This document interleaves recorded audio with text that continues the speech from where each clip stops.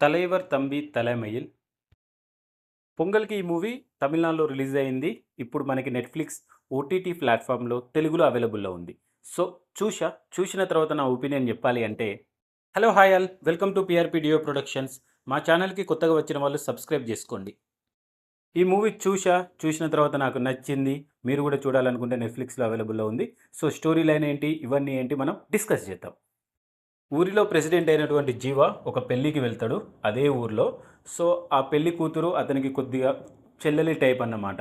So, పెళ్లి జరుగుతూ ఉంటే ఒక సడెన్ కాన్ఫ్లిక్ట్ పాయింట్ వస్తది. అది పక్కింటి నుండి. అరే! ఈ కాన్ఫ్లిక్ట్ పాయింట్ చూడగానే మనం అరే! బాగుందిరా అని అనిపిస్తది.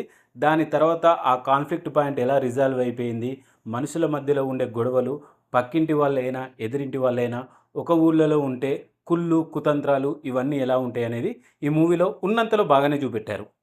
ఒకటి అయిపోయిన జీవితం, ఇంకొకటి జరగబోతున్న జీవితం.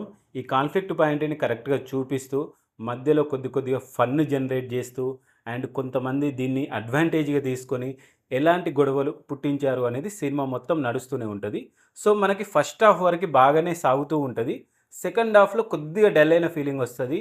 అండ్ క్లైమాక్స్‌లో పే ఆఫ్ గూడా చాలా మందికి నచ్చే ఛాన్స్ ఉంటది. ఇక పర్ఫార్మెన్స్ విషయానికొస్తే గనక 'జీవ' రీసెంట్ టైమ్స్‌లో చేసిన రోల్స్‌లో చాలా మంచిగా డీల్ చేశాడు. అండ్ అందులో ఇతనికి హీరోయిన్ లేదండి. సో, సాంగ్స్ గూడా లేవు. అండ్ మూవీ చూస్తుంటే మనకు most of the times Malayalam వాసన వస్తది. ఈ మూవీ డైరెక్టర్ మలయాళీ అన్నమాట. అతను ఇంతకుముందు 'ఫలిమి' అని ఒక మూవీ తీసిండు. సో, ఇది గూడా మనకు మలయాళం సినిమాలానే అనిపిస్తూ ఉంటది. మిగిలిన క్యారెక్టర్లలో నాకు 'తంబి రామయ్య' తప్ప ఎవరు పెద్దగా ఐడియా లేరండి. అందరూ బాగానే చేశారు.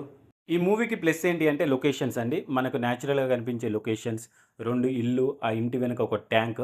ఆ ట్యాంక్‌కున్న ఈ మూవీకి కనెక్షన్ ఉంటదండి. సో, ఇవన్నీ లొకేషన్స్ బాగానే ఉంటాయి. అండ్ చిన్న కాన్ఫ్లిక్ట్ పాయింట్ పెట్టుకొని, దాన్ని మనుషుల మధ్యలో ఉండే జీవితాలు, వాళ్ళ వ్యత్యాసాల గురించి చాలా బాగా డీల్ చేశారు డైరెక్టర్.